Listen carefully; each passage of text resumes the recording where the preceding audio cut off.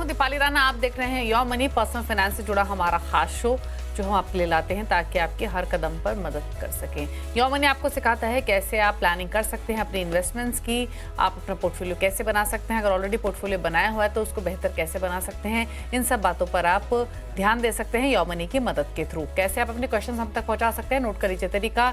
yourmoney@nw18.com हमारी email ID है। इसके अलावा आप 7045220000 हमारे व्हाट्सएप नंबर पर अपने सवाल भेज सकते हैं। ये शो लाइव भी जा रहा है सोशल मीडिया प्लेटफॉर्म्स पर। आप ट्विटर, फेसबुक पर जाकर ये शो देख भी सकते हैं और अपने क्वेश्चंस भी पोस्ट कर सकते हैं। #AskAwaz योर मनी लिख कर। तो ये है इस शो में पार्टिसिपेट करने का तरीका।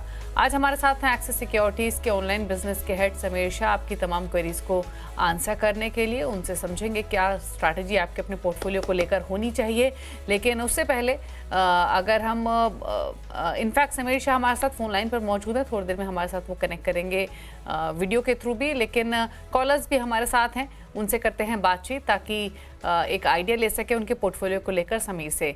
कुशल सिंह उत्तराखंड से हमारे साथ मौजूद हैं। कुशल नमस्कार, स्वागत है आपका। बताइए क्या सवाल है आपका, क्या जानना चाहते हैं? ऐसा कि गोल्ड ईटीएफ में निवेश कैसे रहेगा और सबसे बेस्ट गोल्ड ईटीएफ कौन सा है? ओके, तो आप गोल्ड में पहली बार इन्वेस्ट कर रहे हैं या ऑलरेडी पहले भी गोल्ड में पैसे लगा चुके हैं अलग अलग सोर्सेज के थ्रू?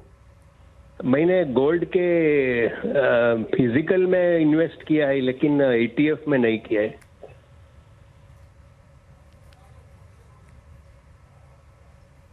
ओके ओके, चलिए पूछ लेते हैं। तो राजेंद्र मेहता हैं ये हमारे साथ मुंबई से, जो सवाल पूछ रहे हैं।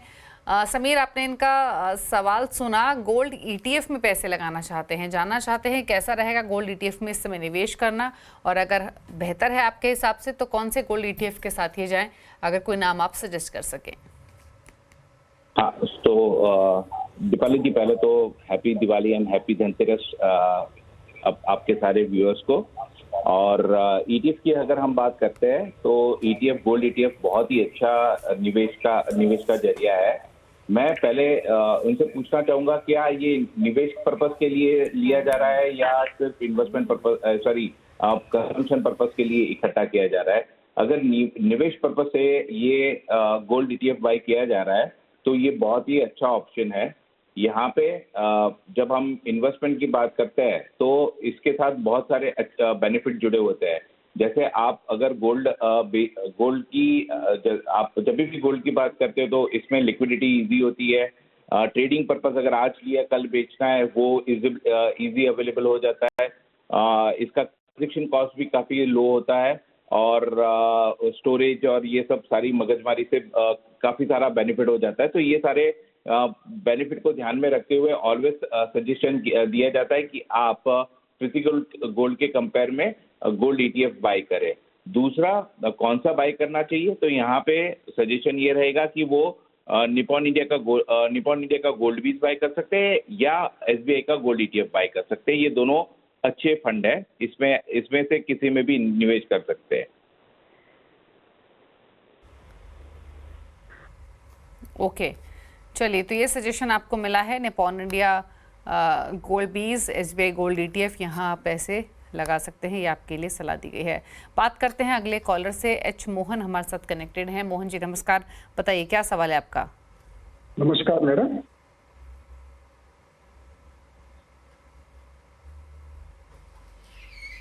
नमस्ते, बताइए क्या सवाल है आपका? मैम, मैं पोर्टफोलियो भेजा था मेरे लड़का के लिए। ओके, उसको बारे में जानना था मैडम। आपका पोर्टफोलियो हमारे पास है, आप बताइए क्या जानना चाहते हैं? वो एचडीएफसी डिफेंस फंड में है, पारंपरिक फ्लेक्सी कैप में है, SBI short term small cap में है, आईटीआई ब्लू चिप में है और Motilal mid cap, Tata small cap में है। ये लॉन्ग टर्म 30 इयर्स का हम प्लान कर रहे हैं। इसके ऊपर 10% है। ये पोर्टफोलियो कैसे करके जानना है। ओके, तो फिलहाल 12,500 की एसआईपी है, 30 साल में 15 करोड़ का टारगेट है, सालाना 10% स्टेप अप भी कर रहे हैं, 5 लाख का लमसम इन्वेस्टमेंट भी करना चाहते हैं। एग्जिस्टिंग पोर्टफोलियो लेकर आते हैं, टाटा स्मॉल कैप 2,500 रुपये महीना, बाकी इनके पास 4 फंड्स है जिसमें 2,000 रुपये महीने डाल रहे हैं। SBI small cap, ICICI pru blue chip, Parag Parikh flexi cap, Motilal Oswal mid cap और एचडीएफसी डिफेंस फंड है। साथ ही लमसम इन्वेस्टमेंट कर रहे हैं 30,000 पर मंथ पराग पारिक फ्लेक्सी कैप में, 40,000 per month Motilal Oswal mid cap में और आईसीआईसीआई प्रू ब्लू चिप में 10,000 पर मंथ। क्या सजेशन है इनके लमसम पोर्टफोलियो पर, प्लस ये एडिशनल जो इन्वेस्टमेंट करना है वो कहाँ करें? दीपाली जी, फंड का सिलेक्शन काफी हद तक सही है, तो यहाँ पे फंड में बदलाव करने का कोई सुझाव नहीं है। हाँ, उनका सवाल ये था कि अभी जो करंट 12,500 की एसआईपी चल रही है और 5 लाख का लमसम अगर हम कंसीडर करते हैं और हर साल अगर वो 10% से अपना स्टेप अप करते हैं तो अगले 30 साल में वो करीबन 12.5 करोड़ का इकट्ठा कर पाएंगे, जबकि उनका निवेश का लक्ष्य उन्होंने 15 करोड़ रखा है। तो यहाँ पे सजेशन ये रहेगा कि उनको अपना एसआईपी का अमाउंट बढ़ा के 15,000 करना पड़ेगा। ये अगर 15,000 करते हैं with 10% same annual step up से, तो अपना जो लक्ष्य रखा है 15 करोड़ का, वो आराम से 30 साल में हासिल हो जाएगा। अब जो उन्होंने फंड सिलेक्ट किए वो सारे ही अच्छे हैं, तो जो लमसम इन्वेस्टमेंट की बात कर रहे हैं ये इनमें से इक्वली डिस्ट्रीब्यूट करके कर सकते हैं। इससे पोर्टफोलियो वेल डाइवर्सिफाइड और बैलेंस रहेगा, कोई प्रॉब्लम नहीं है।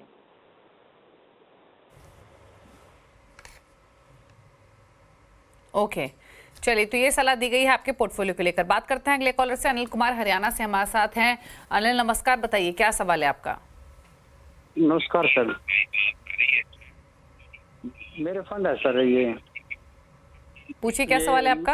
हाँ, मेरा सर ये पोर्टफोलियो मैंने भेजा था, तो ये जो है ना निप्पॉन लार्ज कैप में 15,000, पराग पारिक में 10,000 और मोतीलाल ओसवाल मिड कैप में 10,000 है और निप्पॉन का जो मिड वो है ना मल्टी कैप है उसके अंदर 5,000 और मैडम उसके अंदर है ना ये। ठीक है, आपकी डिटेल्स है हमारे पास। आपके टोटल पोर्टफोलियो की वैल्यू कितनी है? 5 लाख के आसपास है? हाँ मैम। ओके, क्या जानना चाहते हैं आप अनिल जी? पोर्टफोलियो सही है मैम ये? ओके, पूछ लेते हैं। तो जैसे इन्होंने बताया 5 फंड्स हैं इनके पास, Nippon India large cap, Nippon India multi cap, Motilal Oswal mid cap, Parag Parikh flexi cap और निप्पॉन इंडिया मल्टी एसेट। 5,000 से 15,000 पर मंथ की एसआईपी कर रहे हैं। टोटल एसआईपी अमाउंट 50,000 का है। 5 लाख के पोर्टफोलियो की वैल्यू है। 12 ईयर्स में 3 करोड़ का टारगेट। बताइए फंड सिलेक्शन कैसा है, गोल पर आपकी क्या राय है? दीपाली जी, इनके फंड में हम जब क्लोजली मॉनिटर हमने इनका फंड का एनालिसिस किया पोर्टफोलियो का, तो 60% इनका जो भी इन्वेस्टमेंट है आज की डेट में निप्पॉन इंडिया एएमसी में है। ये एएमसी वाइज ज्यादा एक्सपोजर होने के कारण कंसंट्रेशन रिस्क रहता है। जनरली हम निवेशकों को ये सलाह देते हैं कि कोई भी फंड में कोई भी फंड हाउस में 20% से ज्यादा एक्सपोजर ना ले। ये चीज में ध्यान में रखते हुए हमने थोड़े बदलाव का सुझाव है हमारी तरफ से। उनके पोर्टफोलियो में जो निप्पॉन इंडिया लार्ज कैप है उसमें बने रहे, बट निप्पॉन इंडिया जो मल्टी कैप है उसको रिप्लेस करे एक्सिस मल्टी कैप से। मोतीलाल ओसवाल का मिड कैप में बने रहे, पराग पारिक फ्लेक्सी कैप में भी बने रहे, बट जो Nippon India multi asset fund रखा है उसमें उसको रिप्लेस कर सकते हैं ICICI prudential multi asset fund से। सो ये दो हमारी तरफ से सुझाव है। फंड बाकी सारे फंड सिलेक्शन सही है। अब उनका दूसरा सवाल ये था कि करंट एसआईपी जो 50,000 है और 5 लाख का जो कॉर्पस है और उन्हें 3 करोड़ अगले 12 साल में इकट्ठा करना है। अगर ये 50,000 का एसआईपी के साथ अगर वो कंटिन्यू रखते हैं तो करीबन 12 साल में 1 करोड़ 80 लाख रुपया जमा होता है। इनका गोल थोड़ा अग्रेसिव है, जो है 3 करोड़ इकट्ठा करना अगले 12 साल में। तो सजेशन ये रहेगा कि उनको अपना एसआईपी अमाउंट बढ़ा के जो 60,000 ले जाना पड़ेगा और हर साल 10% से उसको स्टेप अप करना पड़ेगा। अगर ये इतने बदलाव करते तो अपने लक्ष्य को आराम से हासिल कर पाएंगे।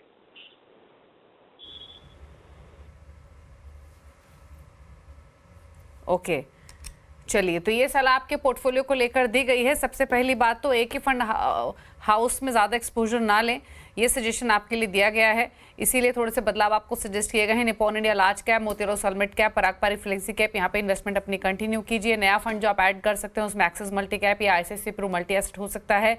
निपॉन इंडिया मल्टी कैप और निपॉन इंडिया मल्टी एसेट से निकलने की सलाह है, क्योंकि ये सजेशन, ये बदलाव आपको रिकमेंड किया गया है। रही बात आपके गोल की, अगर आप एग्जिस्टिंग अमाउंट के साथ ही जाते हैं तो आप 2 करोड़ के आसपास की राशि इकट्ठा कर लेंगे। अगर 3 करोड़ का टारगेट पूरा करना है तो 60,000 के एसआईपी कीजिए। 50,000 आप ऑलरेडी कर रहे हैं, 60,000 करना बहुत डिफिकल्ट आपके लिए नहीं होगा, बट यूजुअली इन्फ्लेशन को ध्यान में रखते हुए लॉन्ग टर्म में स्टेप अप करना एक वाइज स्ट्रैटेजी होती है। तो धीरे धीरे अपने एसआईपी अमाउंट को इंक्रीज करते रहें, ये आपके लिए सलाह दी गई है। अकॉर्डिंगली आप अपने पोर्टफोलियो में चेंजेस कर सकते हैं। बात करते हैं अगले कॉलर से। राजेंद्र सुमानी हमारे साथ फोन लाइन पर मौजूद है। राजेंद्र जी नमस्कार, बताइए क्या सवाल है आपका?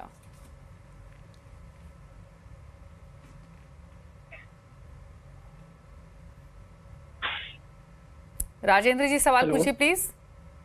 हाँ, मैंने मेल किया है मैडम, मेल में मैंने डिटेल लिखा है। पूछिए अपना क्वेश्चन।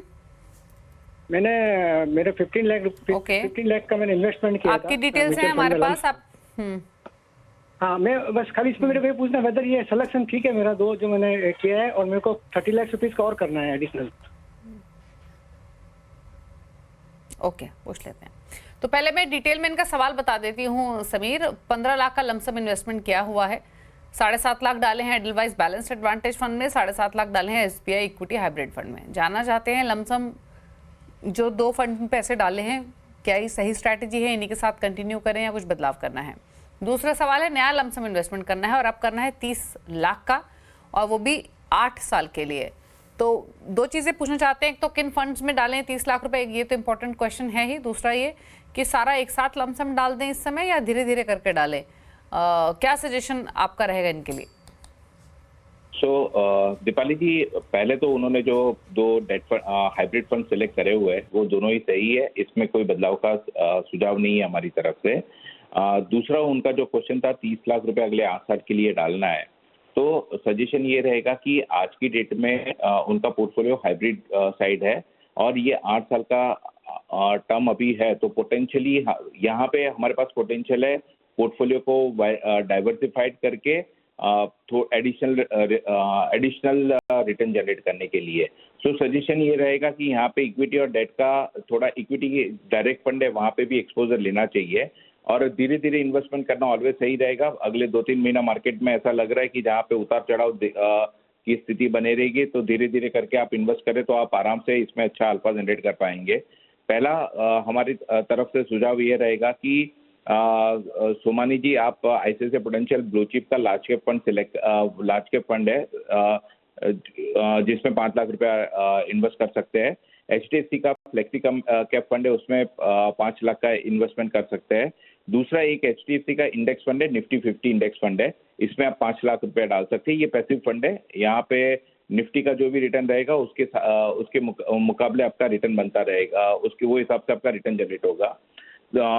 चौथा फंड रहेगा axis multi asset allocation fund है, जो आपके मल्टीपल एसेट्स में इन्वेस्ट करेगा, इक्विटी, डेट, गोल्ड सब में इन्वेस्टमेंट होगा, जहाँ पे आपका 5 लाख का डालने का हमारी तरफ से सजेशन है। और 5वां फंड आप अपने पोर्टफोलियो में सिलेक्ट करें कोटक का डेट हाइब्रिड फंड, जहाँ पे 10 लाख रुपए आप डाल सकते हैं। सो ये 5 फंड स्कीम का सुझाव हमारी तरफ से रहेगा। दूसरा, ये जो सिलेक्शन आप अपने एग्जिस्टिंग फंड के साथ आप जब रखते हो तो आपका पोर्टफोलियो को बहुत अच्छा डाइवर्सिफिकेशन देता है और वेल बैलेंस्ड करेगा, सारे एसेट क्लास कवर हो जाएंगे, जिससे आपका रिटर्न थोड़ा ज्यादा जनरेट हो सकता है एज कम्पेयर टू अपने जो फंड में इन्वेस्ट किया है उसके मुकाबले। ओके, तो यानी जो 2 फंड्स हैं वो रखिए, प्लस ये जो फंड्स आपको सजेस्ट किए गए हैं ये आप रख सकते हैं। बहुत ज़्यादा फंड्स रखने की ज़रूरत नहीं है, 5 से 6 फंड ही रखें। 5 फंड्स आपको सजेस्ट किए गए हैं उसमें आप नोट कर लीजिए किस में डालना है, आपकी स्क्रीन पर भी है। In fact ICICI pru large cap में 5 लाख डालिए, 5 लाख डालिए आप एचडीएफसी निफ्टी 50 इंडेक्स फंड में, एक्सिस मल्टी एसेट एलोकेशन में 5 लाख एचडीएफसी फ्लेक्सी कैप में, और कोटक डेट हाइब्रिड में 10 लाख रुपए की राशि आप डालिए। तो यहाँ इस कॉम्बिनेशन के साथ आप एवरेज से ज़्यादा रिटर्न्स एक्सपेक्ट कर सकते हैं, ये सलाह आपको दी गई है। चलिए, तो ये तो बात हुई राजेंद्र के पोर्टफोलियो की। अब रुक रहे हैं इसी के साथ एक ब्रेक के लिए। समीर शाह हमारे साथ बने हुए हैं, लौटेंगे तो कुछ और सवालों करेंगे शामिल। आप देखते रहिए योर मनी।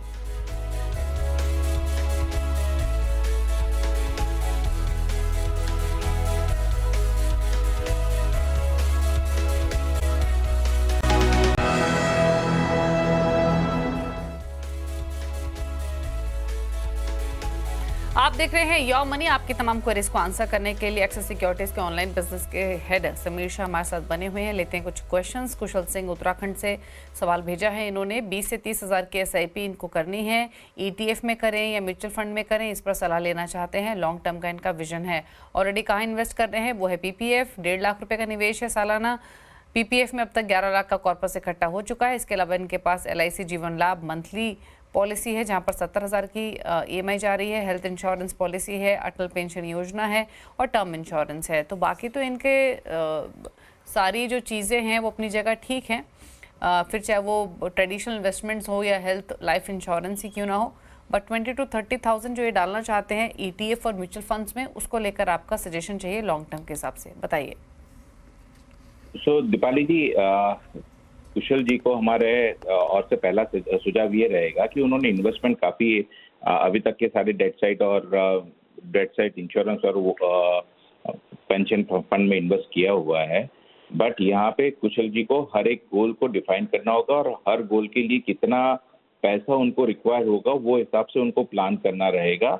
अभी कैसा हो रहा है, जैसे हमने ज्यादातर निवेशकों में एक चीज कॉमन देखी है, वो लोग सिर्फ इन्वेस्टमेंट करते हैं, बट जब एक कॉर्पस इकट्ठा होता है उसमें कोई गोल डिफाइन नहीं होता है। जब गोल की जरूरत होती है तो कोई भी पैसा रिडम हो जाता है। उसके चलते जब रिटायरमेंट कॉर्पस की बात करते हैं तो उसके लिए उनके पास पैसा नहीं बचता है। तो कुशल जी को सबसे पहला सुझाव ये रहेगा कि आपने ये निवेश जो किया है, हर निवेश के सामने एटलीस्ट एक गोल के साथ अटैच कर ले, ताकि जब गोल की मैच्योरिटी आए तब आपको पता रहे एग्जैक्टली कौन सा स्कीम में से आपको पैसा विड्रॉ करना है। अब बात करते हैं ETF करना चाहिए या म्यूचुअल फंड करना चाहिए। तो ETF और म्यूचुअल फंड में पहला सजेशन ये रहेगा कि आप म्यूचुअल फंड की SIP करें, क्योंकि आपके पास अवधि काफी लंबी अवधि के लिए आप इन्वेस्टमेंट करना चाहते हैं। तो सजेशन ये रहेगा कि आप म्यूचुअल फंड करें, क्योंकि म्यूचुअल फंड ज्यादातर एक्टिवली मैनेज होते हैं, तो वो जो भी बेंचमार्क रहता है उससे ज्यादा रिटर्न जनरेट करके आपको दे सकते हैं। सो इसीलिए ऑलवेज पहला सजेशन ये रहेगा कि आप म्यूचुअल फंड के साथ अपना SIP स्टार्ट करें। हाँ, म्यूचुअल फंड के यानी आप जो भी पोर्टफोलियो बनाते हैं उसमें एकाध यानी 5 to 10% के बीच में आप अपना पोर्टफोलियो डाइवर्सिफिकेशन करने के लिए ETF जोड़ सकते हैं। अब बात करते हैं आपको जो 20 से 30 हज़ार की SIP करनी है, उसके लिए आपको कौन से फंड लेने चाहिए। तो हमारा पहला सुझाव रहेगा कि आप ICICI प्रूडेंशियल का ब्लू चिप फंड है, उसमें 5,000 रुपये का SIP करें। HDFC फ्लेक्सी कैप फंड पे आप 5,000 रुपये का निवेश करें। मोतीलाल ओसवाल का मिड कैप फंड है, उसमें 5,000 की SIP कर सकते हैं। SBI कॉन्ट्रा फंड में 5,000 कर सकते हैं। निपॉन इंडिया का स्मॉल कैप फंड में 5,000 का SIP कर सकते हैं और एक्सेस ग्रोथ अपॉर्चुनिटी फंड में आप 5,000 रुपये का SIP कर सकते हैं। सो ये 6 फंड आप हमारे एंड से आपको सुझाव है जिसमें आप SIP 5,000 रुपये की कर सकते हैं। ओके, चलिए, तो ये रहा आपके लिए पोर्टफोलियो जहां पर आप पैसे लगा सकते हैं। 5 से 6 फंड रखिए। 6 फंड्स आपकी स्क्रीन पर हैं, नोट कर लीजिए। ICICI प्रू लार्ज कैप, यहाँ 5,000 पर मंथ डालना है। HDFC फ्लेक्सी कैप में 5,000 डालिए। मोतीलाल ओसवाल फंड में, Nippon India small cap, Axis growth opportunities और SBI काउंटर में 5,000। तो टोटल 6 फंड्स आपको बताए गए हैं और इन 6 के 6 फंड्स में आप 5,000 ईच डिप्लॉय कर सकते हैं। लॉन्ग टर्म के हिसाब से टाइम टू टाइम इस पोर्टफोलियो को रिव्यू करते रहें, यही सजेशन है। चलिए पूछ लेते हैं टॉप 4 फंड्स। बताइए समीर, कौन से 4 फंड्स आपने चुने हैं और ये क्या एक पूरा कंप्लीट पोर्टफोलियो के हिसाब से है या फिर इन चारों में से कोई फंड पिक करके भी इन्वेस्ट किया जा सकता है? तो दीपाली जी, ये अभी हमने fund as a portfolio refer किया है। अगर किसी निवेशक को इसमें से कोई भी एक फंड सेलेक्ट करना है तो अपने पोर्टफोलियो में वो देखना चाहिए कि कौन से फंड में वो ओवर बैलेंस नहीं ओवरबोर्ड नहीं जा रहे हैं। जैसे किसी के पास ऑलरेडी 2 लार्ज कैप फंड है तो ये लार्ज कैप फंड लेने की जरूरत नहीं है, या किसी के पास स्मॉल कैप फंड ऑलरेडी अपने 50% में मिड कैप और स्मॉल कैप का जो एलोकेशन रहता है उससे ज्यादा हो रहा है तो इसमें से लेने की जरूरत नहीं। हाँ, बट अगर किसी को बदलाव करना है अपने एग्जिस्टिंग फंड में से तो इसमें से कोई भी सिलेक्ट कर सकता है। पहला फंड रहेगा निपॉन इंडिया का लार्ज कैप फंड, दूसरा मोतीलाल ओसवाल का मिड कैप फंड, तीसरा HDFC का फ्लेक्सी कैप फंड रहेगा और बंधन का स्मॉल कैप फंड हमारी ओर से। ये हमारे 4 टॉपिक है।